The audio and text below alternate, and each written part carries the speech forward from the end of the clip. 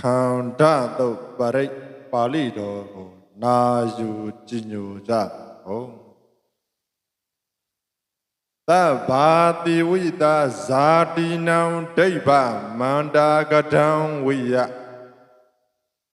ယံနာတိတိဝိတံဂောရံသေတင်စာပိပရိတယံအာနာခိတံမိသဗ္ဗထသဗ္ဗဒါသဗ္ဗပါဏိနံသဗ္ဗသောပိနိဝါရိတိပရိတံတံဗနာမဟိဝိရူပခေဟိမေမေတ္တံမေတ္တံဧရာပထေဟိမေသဗျာပုတ်တေဟိမေမေတ္တံမေတ္တံကနာဂေါတမကေဟိသအပါဒကေဟိမေမေတ္တံ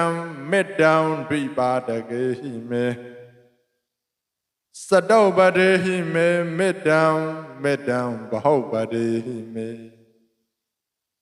မာမံအပါဒကောဟိန္တိမာမံဟိန္တိဒိပါဒကောမာမံစတုပတောဟိန္တိမာမံဟိန္တိဘဟုပတောသဗ္ဗေတတ္တာသဗ္ဗေပါဏာသဗ္ဗေဘုဒ္ဓသကေဝလာသဗ္ဗေပတရာဏိပတ္တန္တုမာကိဉ္စီပါပမာဂမအပမနောဗုဒ္ဓောအပမနောဓမ္မောအပမနောသံဃောပမာဏဝန္ဒာနိတရိတပါနိအဟိဝိသိကာတတပတိဩနာနာဘိတရဘူမူတိကာကတမေရခာကတမေပရိတံ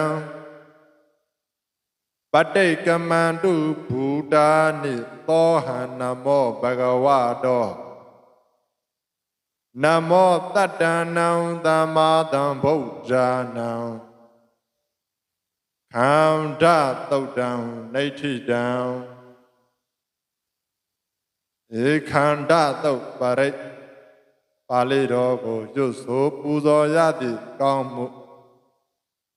နတ်လူသာဓုသာဓု